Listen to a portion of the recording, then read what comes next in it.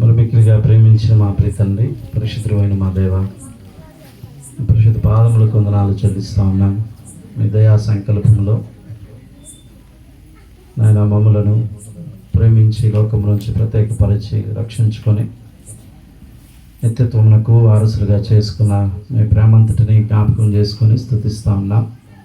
2024 సంవత్సరం డిసెంబర్ మాసము 23వ తారీఖులో ప్రభు మీ సన్నిధి విధంగా మేము కలిగి ఉండే అవకాశం ఇచ్చారు. ఇంతవరకు చిన్నారులు ప్రదర్శించినటువంటి ఆయన ముత్యాలు, అట్లాగనే సందేశాత్మకమైన ఆయన మరి డాక్యుమెంటరీస్ని బట్టి కూడా వందనాలు చెల్లిస్తూ ఉన్నాను. దేవా, ఇవి మా భక్తి జీవితానికి కొంతైనా ఉపయోగపడినట్లు సహాయం చేయండి. తిరిగి మీ పక్షంగా బలహీనుడైన మీ దాసుడు నిలబడతా ఉండగా మీ ఆత్మచేత నింపండి. ఈ స్థలాన్ని ప్రభా మీ స్వాధీనంలో తీసుకోనండి. మీ ఆత్మ యొక్క కార్యాన్ని స్థలంలో జరిగించమని మరొకసారి మీ సేవకుడు బలహీనుడు, మీ సేవకుడిని మరుగు చేసి కావలసిన వర్తమానం మీరు మాకు అనుగ్రహింపచేయమని, మహిమ ఘనత ప్రభావాలు ఆ మూలంగా మీరు పొందమని యేసు ప్రభు నామంలో ప్రార్థన చేసి వేడుకుంటున్నాం తండ్రి, ఆమేన్. ప్రభు నామానికి మహిమ కలుగును గాక. ప్రభునందు ప్రియులారా, ఈ రాత్రి వేళ ఈ రీతిగా దేవుని యొక్క సన్నిధిలోనికి చేరి వచ్చిన ప్రతి ఒక్కరికి, అనగా సియోను ప్రార్థన మందిర విశ్వాసులకు, అట్లాగనే దేవుని సేవకులైనటువంటి మరి ఆనందరావు గారికి, అలాగనే పలగిరిలో దేవుని పరిచర్య చేస్తున్న దైవజనులు దయాకరయ్య గారికి ప్రత్యేకమైన శుభాలు, వందనాలు కూడా తెలియజేస్తూ ఉన్నాను. ఇంతవరకు అనేకమైన మరి పాటల ద్వారా, అట్లాగనే కొన్ని సందేశాత్మకమైనటువంటి లఘు నాటికల ద్వారా, అలాగనే యాక్షన్ సాంగ్స్ ద్వారా దేవుణ్ణి మహిమపరుస్తూ వచ్చినారు. మీలో చాలామంది ఆనందిస్తూ ఉన్నారు, సంతోషిస్తూ ఉన్నారు. నేను అందరిని బట్టి ప్రభువుని ఎంతో స్తుతిస్తూ ఉన్నాను. దేవుని వాక్యం పట్ల కూడా అంతే సంతోషాన్ని, అంతే శ్రద్ధను, అంతే భక్తిని మీరు నిలపాల్సిందిగా ప్రభు పేరిట దేవుని సేవకునిగా నేను మీకు మనవి చేస్తూ ఉన్నాను. క్రిస్మస్ వర్తమానము 3 విధాలుగా ఈ లోకంలో ప్రకటించబడ్డది. 1 direct message, 2 indirect message, and 3వది ప్రాఫిటికల్ మెసేజ్ అని చెప్పి అంటారు. నేను తెలుగులో చెప్తాను. 1 ప్రత్యక్షంగా తెలుపబడ్డటువంటి ఒక వర్తమానం, అమ్మ వినండి. 2 పరోక్షంగా తెలుపబడ్డటువంటి ఒక వర్తమానం.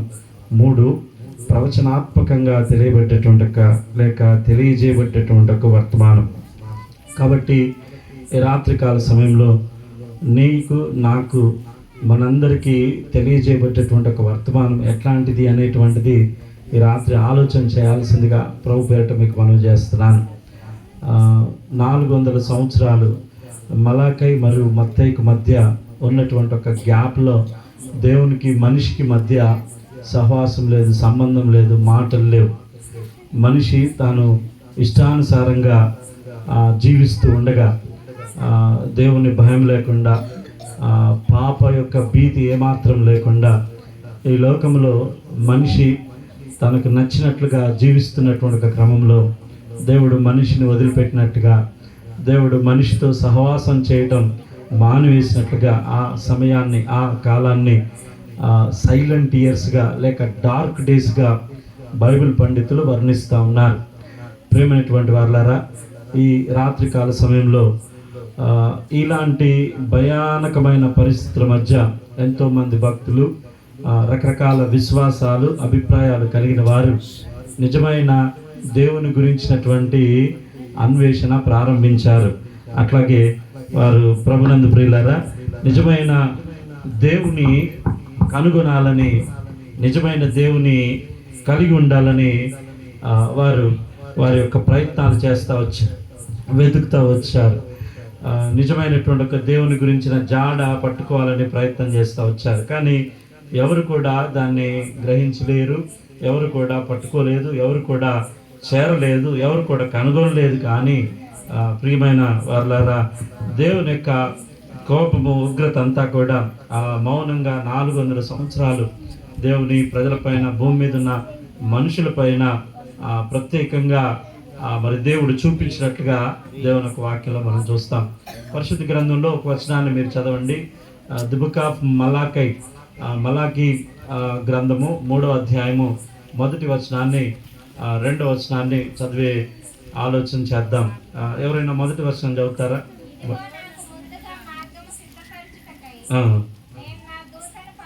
నేను నా దూతను పంపుతున్నాను. చాలండి. మీరు వెతకచున్న ప్రభువు, మీరు వెతకచున్న ప్రభువు. అలాగనే మీరు కోరు నిబంధన దూత అనే మాట కూడా వెనకనే ప్రత్యేకంగా మలాకి గారు లేక మలాకి ప్రవక్త ప్రవచించినట్లుగా దేవుని వాక్యంలో చదువుతాం. మీరు వెతకుతున్న ప్రభువు. భూమి మీద మనిషి దేవుని వెతుకుతా ఉన్నాడు. ఆ సర్చింగ్ అనేటువంటిది ఆది నాటి నుండి, అనగా అనాది కాలం నుండి జరుగుతూనే ఉంది. సత్యమును అన్వేషించేటువంటి ఒక క్రమంలో మనిషి విఫలుడయ్యాడు, ఓడిపోయాడు. మనిషి దేవుణ్ణి వెతకలేక ఇక చాతగాక చతికిలబడినటువంటి ఒక పరిస్థితి మానవుడిది. అయితే ప్రియ సోదరి సోదరుడా, బైబిల్ ఏం చెప్తా ఉందంటే 55వ అధ్యాయం యెషయా గ్రంథం, 55వ అధ్యాయం యెషయా గ్రంథం 6వ వచనం చదువుతారా? త్వరగా చదివితే నేను మరి నాకు ఇచ్చిన సమయంలో త్వరగా ముగించే ప్రయత్నం చేస్తా.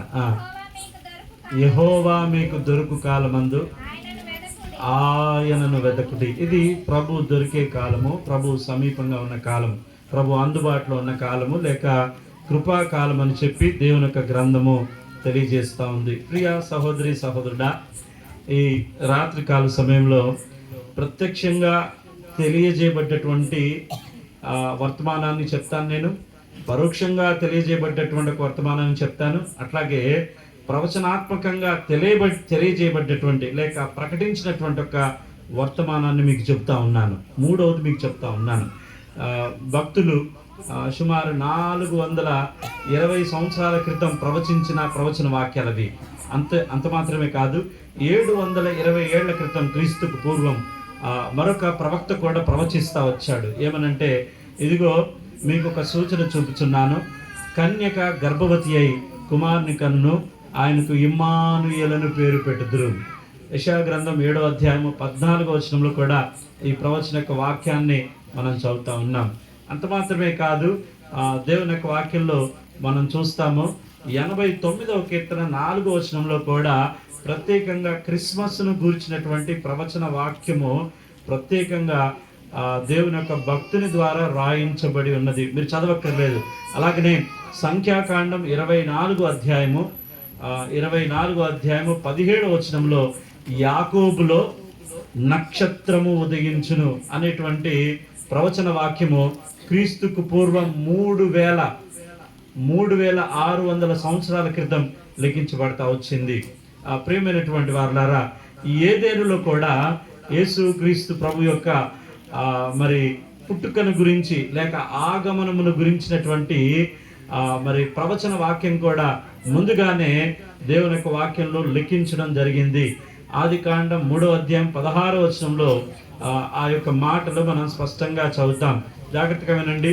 3600 సంవత్సరాల క్రితం క్రీస్తు పూర్వం ప్రకటించబడ్డ ప్రవచన వాక్యం, 1650 సంవత్సరాల క్రితం ప్రకటించబడ్డ ప్రవచన వాక్యం, 1000 సంవత్సరాల క్రితం ప్రకటించబడ్డ ప్రవచన వాక్యం, 720 ఏళ్ల సంవత్సరాల క్రితం ప్రకటించబడ్డ లేక మరి పంపిన వర్తమానము ప్రవచన వాక్యము, 420 సంవత్సరాల క్రితం యేసుకు ముందు క్రీస్తుకు ముందు ప్రకటించబడ్డటువంటి ఒక ప్రవచన వాక్యం. ఇవన్నీ కూడా యేసు క్రీస్తు ప్రభు ఈ లోకంలో మనుషుల యొక్క పాపముల కొరకు, మనిషి యొక్క పాపను బాపుటకు, రక్షించుటకు ఈ లోకములకు వస్తాడు అనేటువంటి గొప్ప సంగతిని ప్రవచనాత్మకంగా మరి దేవుని యొక్క వాక్యంలో తెలియజేస్తూ వచ్చిన సంగతులు మీకు నేను తెలియజేశాను. రెండవదిగా పరోక్షంగా తెలపబడినటువంటి మరి వర్తమానం ఏమిటి అంటే, ఈ నక్షత్రాన్ని చూసినటువంటి జ్ఞానులు వారికి నేరుగా దూత వెళ్ళి లేక దూత వచ్చి మరి వర్తమానం చెప్పలేదు, కానీ వారికి ఉన్న మేధస్సును, పాండిత్యాన్ని, వాళ్ళకున్నటువంటి ఒక శాస్త్రాన్ని ఉపయోగించి వారు అనేక శాస్త్రాల్లో నిష్ణానితులు కనుక, లేకపోతే బాగా పాండిత్యం కలిగిన వారు కనుక వారు ఆస్ట్రాలజీ, ఆస్ట్రానమీ, అట్లాగనే జ్యోతిష శాస్త్రము, అట్లాగే అంతరిక్ష శాస్త్రము, మ్యాథమెటిషియన్స్ అనగా గణిత శాస్త్రం పైన, లెక్కలు వేసే శాస్త్రం పైన వాళ్ళు చాలా చక్కని పాండిత్యం కలిగిన వారు. కాబట్టి ఎప్పుడైతే నక్షత్రం ఆకాశంలో పుట్టిందో దాన్ని ఆధారంగా చేసుకొని వాళ్ళకొక సందేశం అందినట్లుగా ఆ సందేశాన్ని పట్టుకొని యెరూషలేముకు వచ్చి యూదుల రాజుగా పుట్టినవాడు ఎక్కడున్నాడు అని ఎవరిని అడిగారట? హేరోదు రాజును అడుగుతా వచ్చారు. ఇది పరోక్షంగా భూమి మీదకి వచ్చినటువంటి క్రిస్మస్ వర్తమానం. ఇక ప్రత్యక్షంగా చెప్పబడ్డటువంటి ఒక వర్తమానం ఏదైనా ఉంది అంటే అది గొల్లలకు దేవుడు మొదటగా ప్రకటించినటువంటి, అనగా దూతను పంపి ప్రకటించినటువంటి ఒక వర్తమానం. ఏమని వర్తమానము దేవుని యొక్క వాక్యంలో మనం చదువుతామంటే, ఇదిగో దావీదు పట్టణమందు నేడు మీ కొరకు రక్షకుడు పుట్టి ఉన్నాడు. ఈ వర్తమానము దూత నేరుగా ఎవరి దగ్గరకు వచ్చాడంటే గొల్లల దగ్గరకు వచ్చి ఆ ప్రకటన చేసినట్లుగా దేవుని యొక్క వాక్యంలో మనం చదువుతున్నాం. చాలా జాగ్రత్తగా ఈ మాటలు మనం వినాల్సిన అవసరత ఉన్నది. ప్రభునందు ప్రేమైనటువంటి వాళ్ళారా, దేవుని యొక్క సంకల్పములు మానవుని పట్ల చాలా అద్భుతమైనటువంటి ఒక రీతిగా ఆయన జరిగించడానికి ఇష్టపడ్డాడు. అందుకే భూమి మీద క్రిస్మస్ జరిగింది. క్రిస్మస్ యొక్క ఆవిర్భావం, క్రిస్మస్ యొక్క పుట్టుక నాంది, క్రిస్మస్కు నాంది ఎక్కడ ప్రారంభమైంది అంటే ఏదేనులో ప్రారంభమైంది. ఆదాము అవ్వలు దేవుని యొక్క ఆజ్ఞను అతిక్రమించడం ద్వారా, వారు అవిధేయత చూపడం ద్వారా, పాపం చేయటం ద్వారా లోకములోనికి పాపం మూలంగా వచ్చినటువంటి మరణం ఎదుట ప్రతి మనిషి ఓడిపోతూ, మరణం దగ్గర ప్రతి మనిషి మరణాన్ని గెలవలేక మరణం ఎదుట ఓడిపోతున్నటువంటి ఒక సమయంలో ప్రియ సోదరుడా, ఇప్పుడు ఒక చక్కని వర్తమానం మనకు వినిపిస్తా ఉన్నది. ఏమిటి అంటే, ఇదిగో ప్రజలందరికీ కలగబోవు మహా సంతోషకరమైన సువార్తమానము. దావీదు పట్టణమందు రక్షకుడు దేనికి అంటే, వినండి, రక్షకుడు ఆయన ఎందుకు పుట్టాడు, ఎందుకు వచ్చాడు, ఆయన ఏమి చెయ్య ఉద్దేశించుటకు ప్రత్యేకంగా ఈ లోకమునకు పంపబడ్డాడు అనే మాటలు కూడా మనము నేర్చుకోవాల్సిన అవసరం ఉన్నది. ఆయన పాపం నుంచి రక్షించడానికి, శాపము నుంచి రక్షించడానికి, అట్లాగనే మరణము నుంచి రక్షించడానికి, అలాగనే మానవ లోకములో నిత్య నరకమైన రెండవ యొక్క మరణము నుంచి రక్షించడానికి ఆయన ఈ లోకానికి పంపబడ్డాడు, ఆయన ఈ లోకానికి వచ్చాడు. దేవుని యొక్క వాక్యంలో యేసు క్రీస్తు ప్రభువారి యొక్క పుట్టుకను గురించిన సంగతులు మనం ధ్యానం చేసేటప్పుడు, వినేటప్పుడు రకరకాలైన సందేహాలు చాలా మంది భక్తులకు, విశ్వాసులకు వస్తూ ఉంటవి.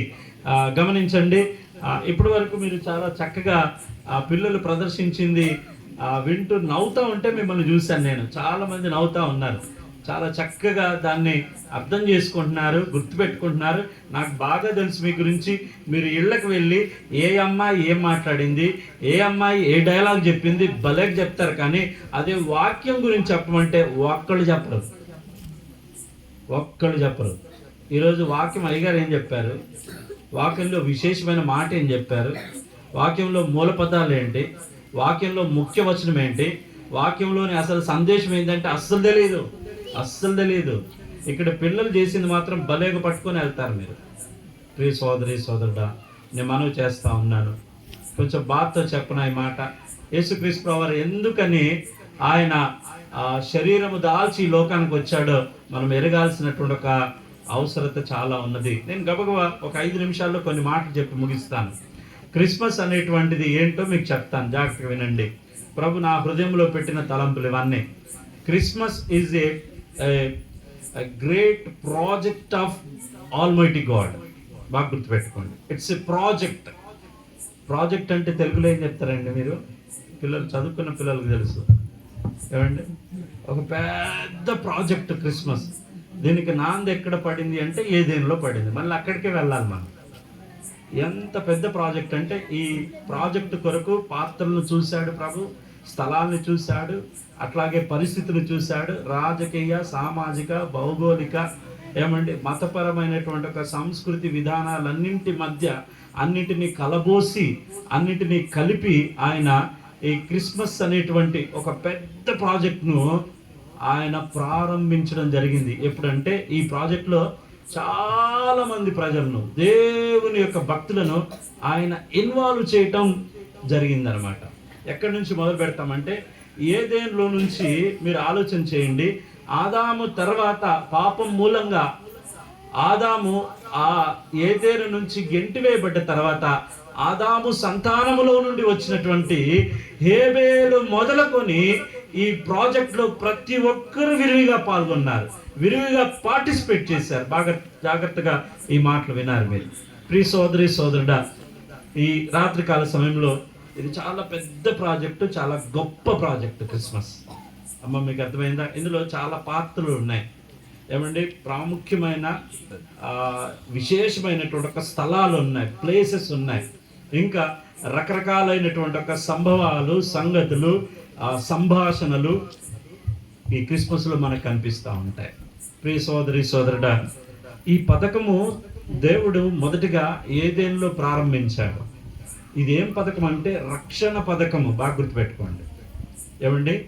రక్షణ పథకము. ఈ ప్రాజెక్ట్ అద్భుతంగా దేవుడు బెత్లెహేములో పశువుల తొట్టిలో శిశువుగా యేసు క్రీస్తు ప్రభువారిని ఈ లోకానికి ఇచ్చి తన ప్రాజెక్ట్ కంప్లీట్ చేశాడు.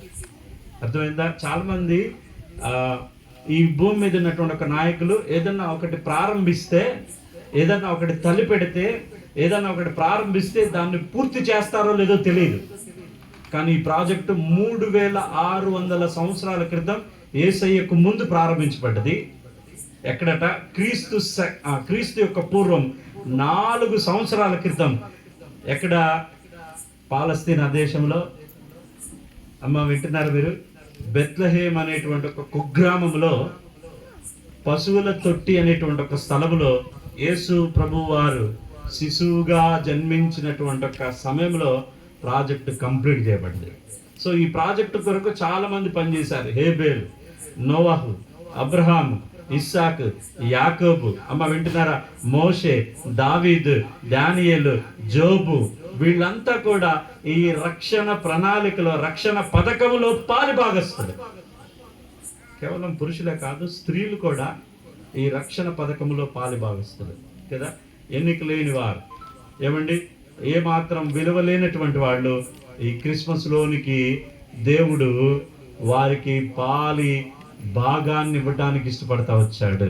తామారు, అమ్మ వింటున్నారా?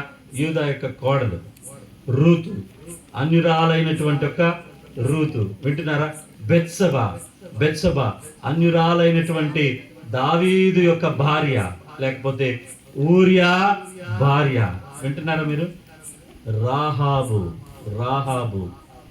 ఈ రక్షణ పథకంలో, రక్షణ ప్రణాళికలో యేసయ్య వీరందరినీ పాలుభాగస్తులు చేయడానికి ఇష్టపడతారు. నేను ఒక మాట చెప్పిన, క్రిస్మస్లో నీవు నేను పాలుభాగస్తులం. మనమంతా క్రిస్మస్లో ఉన్నాం. Without you and me there is no Christmas. నీవు నేను లేకుండా క్రిస్మస్ లేదు.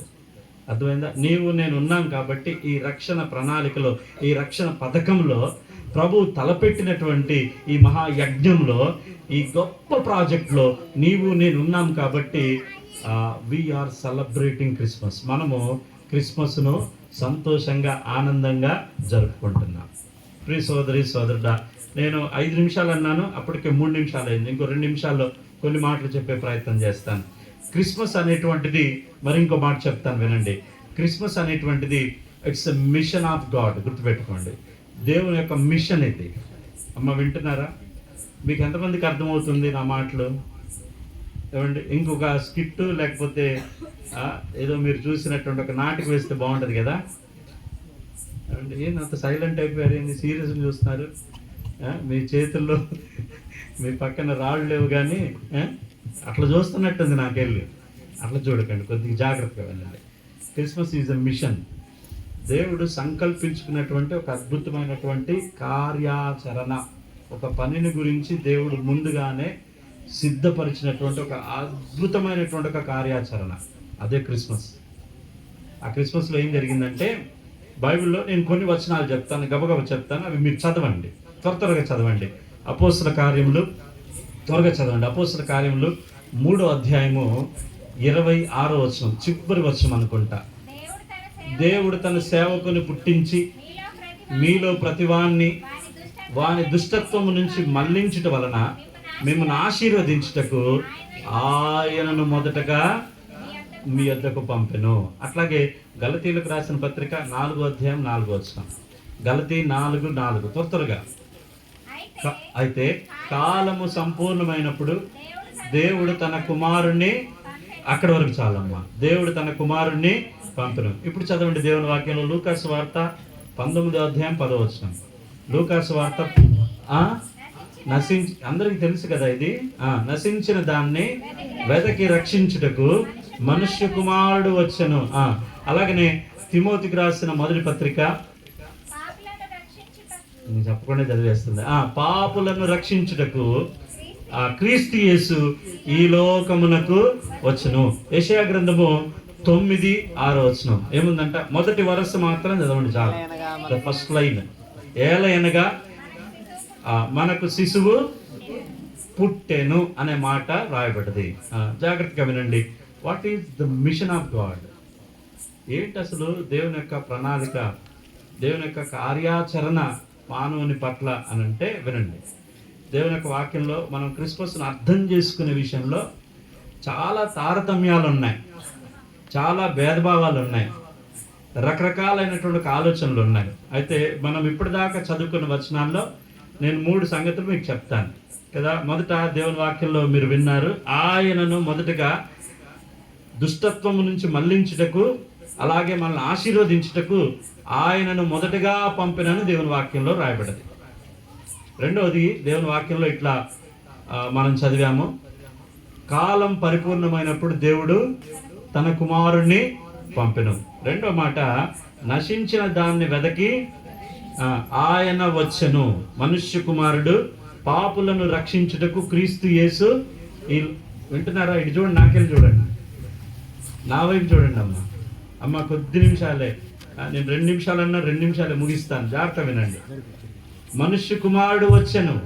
మూడవదిగా, ఏలయనగా మనకు శిశువు పుట్టెను, కన్యక గర్భవతి అయి ఒక కుమారుని కనును. మీరు చెప్పండి, క్రిస్మస్ అంటే ఆయన పంపడం క్రిస్మసా, ఆయన వచ్చను అనేది క్రిస్మసా, ఆయన పుట్టడం క్రిస్మసా? మీరు చెప్పండి, ఏం చెప్తారు? మీకు అర్థమైందా నేను చెప్పిన మాట, నేను అడిగిన మాట? అమ్మ, దేవుడు తన కుమారుని పంపాడట, ఇది క్రిస్మసా? నశించిన దాన్ని వెదకి రక్షించుటకు ఆయన ఈ లోకానికి వచ్చాడట, ఇది క్రిస్మసా? లేక ఏలయనగా మనకు శిశువు పుట్టెను, ఇది క్రిస్మసా? ఏది క్రిస్మస్? దేన్ని మనము క్రిస్మస్గా వర్ణించి తీసుకొని ప్రభుని ఆరాధించాలి? మీరు చెప్పండి. ఆయన పంపబడ్డా? చెప్పండి. ఆయన వచ్చాడా? ఆయన పుట్టాడా? ఏది క్రిస్మస్? ఇక్కడ శ్రేష్ఠ చెప్తుంది అన్నీ కరెక్టే అని చెప్తా ఉంది. మీరు ఎవరైనా చెప్తారా అట్లా కాదండి ఇట్లా అని ఎవరైనా చెప్తారా? ఏమండి, క్రిస్మస్ అంటే ఆయన పంపబట్టమా, ఆయన రావటమా, ఆయన పుట్టటమా? ఏంటి అసలు? ఏంటి వాక్యంలో కాంట్రడిక్షన్స్ ఏంటివి, తారతమ్యాలు ఏంటివి, ఈ రకరకాలైన భేదము కలిగినటువంటి ఒక మాటలు మనం ఎట్లా అర్థం చేసుకోవాలి, ఎట్లా క్రీస్తుని ఆరాధించాలి కదా? క్రిస్మస్ అంటే మనం ఒకటే పని చేయాలి. ది సెంటర్ ఆఫ్ క్రిస్మస్లో కనిపించేది యేసయ్యే, ఇంక వేరే ఏం కనిపించొద్దు అమ్మ, వేరే ఇంకేమీ కనిపించొద్దు. అర్థమైందా? చాలామంది మీ ఇంట్లో సెంటర్ ఆఫ్ ద అట్రాక్షన్ నక్షత్రాన్ని పెడతా ఉన్నారు, లైట్లు పెడతా ఉన్నారు, ఇంకేందో పెట్టేస్తూ ఉన్నారు. కాదు, సెంటర్ ఆఫ్ ది అట్రాక్షన్ ఎవరంటే చెప్పండి క్రిస్మస్లో? యేసయ్యే.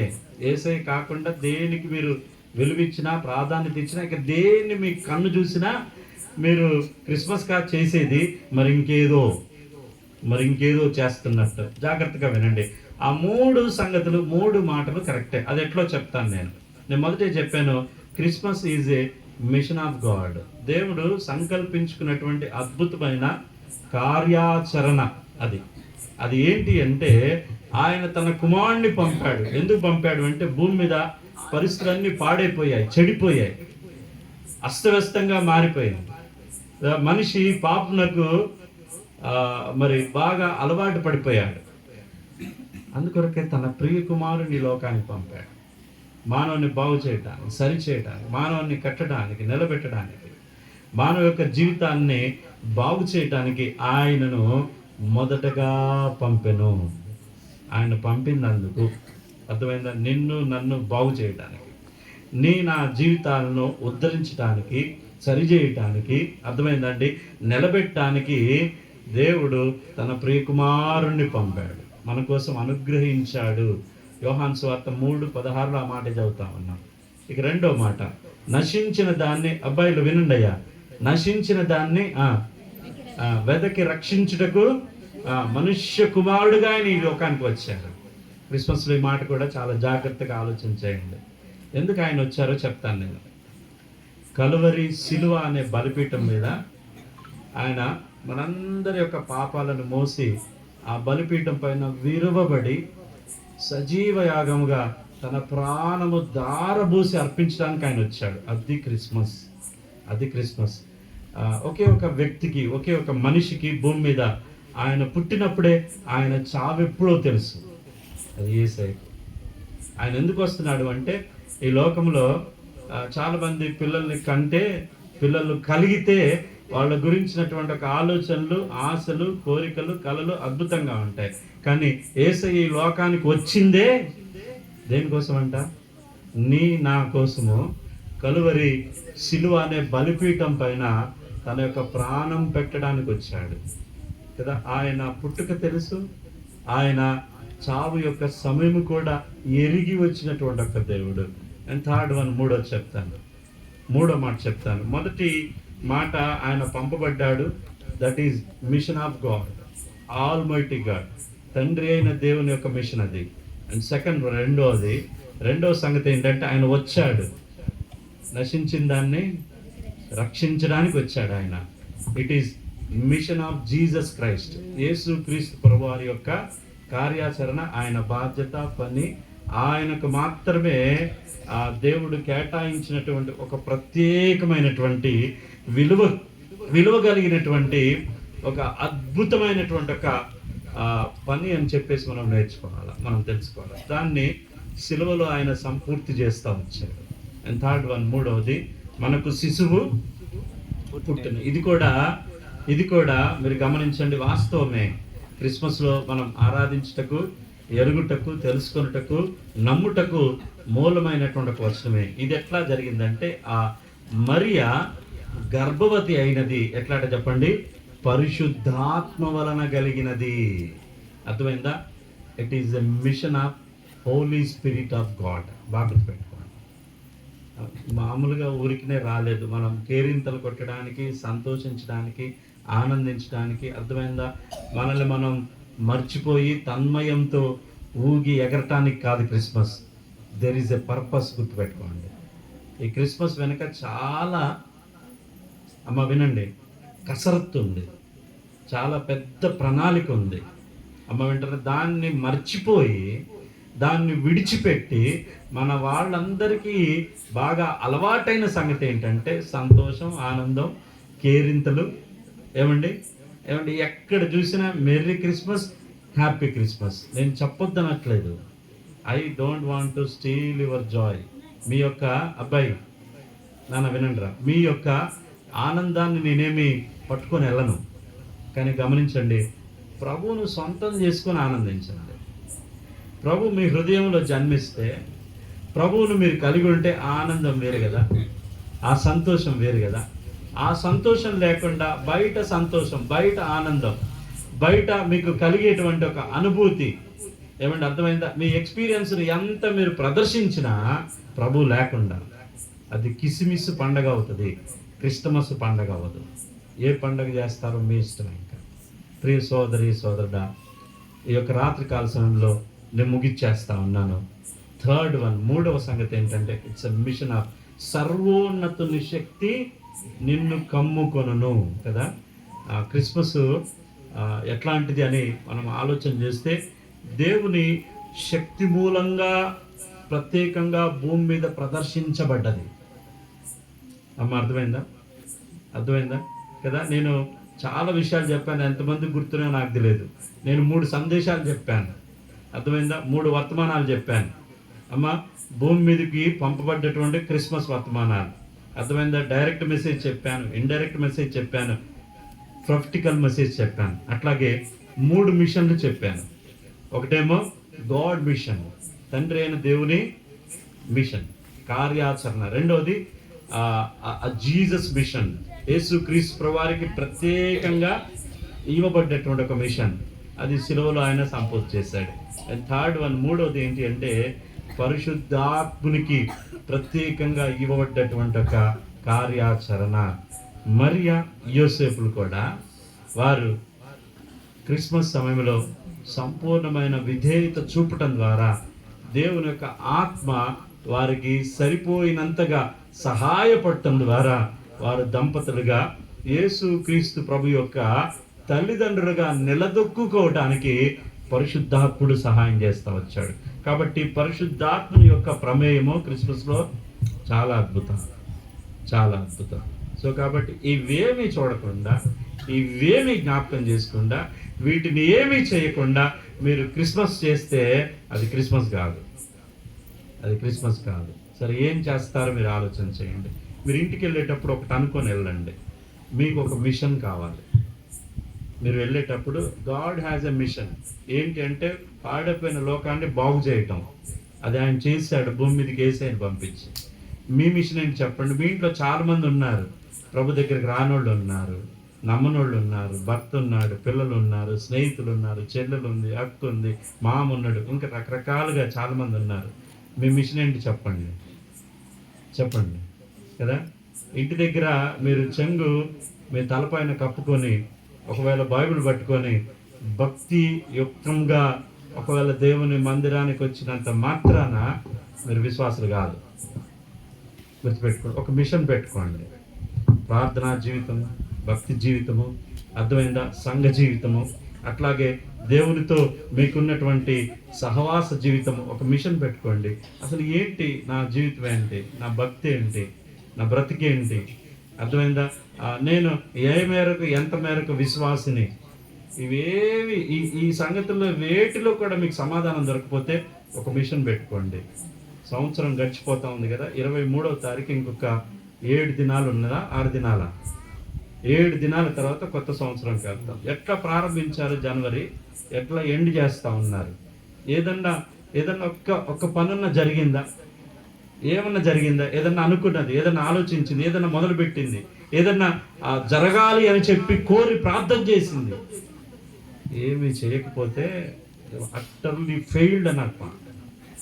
భక్తులుగా, విశ్వాసులుగా, దేవుని పిల్లలుగా సంపూర్ణంగా ఫెయిలే. ఈరోజు ప్రవీణయ్య గారు వచ్చి ఇక మొదలుపెట్టి ఇవన్నీ మాట్లాడుతుంది అనుకోకండి.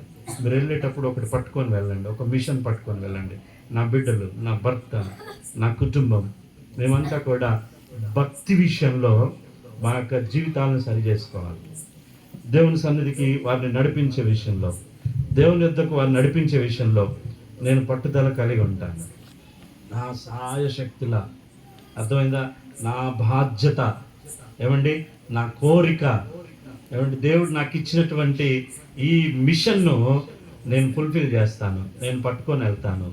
నా కుటుంబం కోసం ప్రార్థన చేస్తాను, నా భర్త కోసం ప్రార్థన చేస్తాను, వాళ్ళ జీవితాలు బాగవ్వటం కోసం వాళ్లకు యేసు క్రీస్తు ప్రభువును నేను గిఫ్ట్గా ఇస్తాను. ఇది మీ మిషన్. మీకు అర్థమవుతుందా నేను చెప్పేది? అమ్మ, మీకు ఎంతమందికి అర్థమైంది? మీ మిషన్ ఏమై ఉండాలో తెలుసా? యేసయ్యను నా కుటుంబానికి గిఫ్ట్గా ఇస్తాను. దేవుడు లోకమును ఎంతో ప్రేమించను కాగా ఆయన తన అద్వితీయ కుమారునిగా పుట్టిన వాని యందు విశ్వాసముంచు ప్రతివాడు నశింపక నిత్య జీవమును పొందినట్లుగా ఆయనను మీకు అనుగ్రహించాడు. మీరు యేసయ్యను ఎరగనటువంటి వారికి అనుగ్రహించే ప్రయత్నం చేయండి. లేకపోతే బహుమానంగా ఇచ్చే ప్రయత్నం చేయండి. ఇదే క్రిస్మస్ రోజు మీరు చేసే మంచి మిషన్. తల వంచండి, ప్రార్థన చేసుకుందాం. దేవుడి మాట మన కొరకు దీవించగా ప్రార్థన చేసుకుందాం. ఈ మాటలు విన్నారు. దేవుని యొక్క సందేశము నేరుగా తెలపబడ్డది.